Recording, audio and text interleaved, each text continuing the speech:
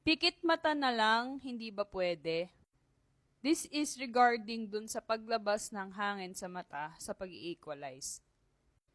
So, pipikit ako, pakinggan nyo kung lalabas pa rin yung hangin sa mata ko.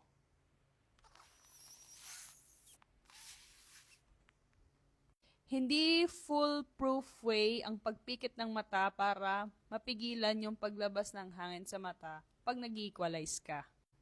Minsan kasi, pwede na yung pipikit ako. Pero minsan, hindi talaga kaya. Pero alam mo ba kung ano yung foolproof way para maiwasan yung paglabas ng hangin sa mata? Papakita ko sa'yo, baka kasi sabihin mo, hindi ko sinubukan eh.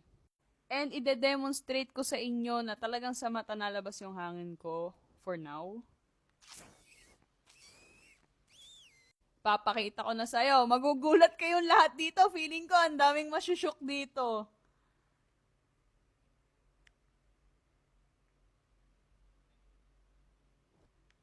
Kita nyo naman. So, gagamitin nyo yung daliri nyo, lalagyan nyo ng pressure, wala nang ang hangin na lalabas sa mata ko kasi nilagyan ko ng pressure, didinag-anang ko.